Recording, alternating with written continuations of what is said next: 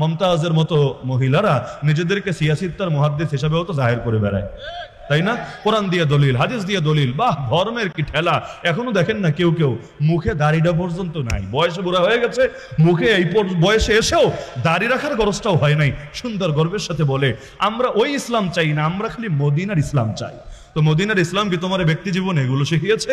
মদিনার ইসলাম কি তোমাকে শরীয়তের বুড়া আঙ্গুল দেওয়া শিখিয়েছে?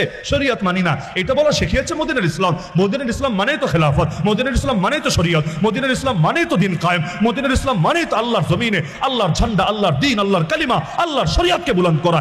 এর বাইরে মদিনার ইসলাম দূরের কথা, মক্কার ইসলাম, তায়েফের ইসলাম কোনো কিছুই তো হতে পারে না। ইসলামের ভার্সন সেরে একটা লা ইলাহা ইল্লাল্লাহ, এক আল্লাহ ছাড়া দ্বিতীয় কারো আনুগত্য চলবে না। মসজিদেও আনুগত্য চলবে আল্লাহর, মাদ্রাসায় আনুগত্য চলবে আল্লাহর, সংসদেও আনুগত্য চলবে আল্লাহর, কোর্টেও আনুগত্য চলবে আল্লাহর, থানায়ও আনুগত্য চলবে আল্লাহর, প্রতিটা সেক্টরে সেক্টরে আনুগত্য চলবে আল্লাহর। যে মানে তার মুখে লা ইলাহা ইল্লাল্লাহ সাজে, আর যে মনে করে নামাজের খোদা একজন, রাজনীতির খোদা আরেকজন, রোজার খোদা একজন, অর্থনীতির খোদা আরেকজন, হজের খোদা একজন, বিচারাচারের খোদা আরেকজন। এজন্য কোরআন দিয়ে নামাজ পড়বো সমস্যা নাই, কিন্তু কোরআন দিয়ে বিচার করতে রাজি নাই।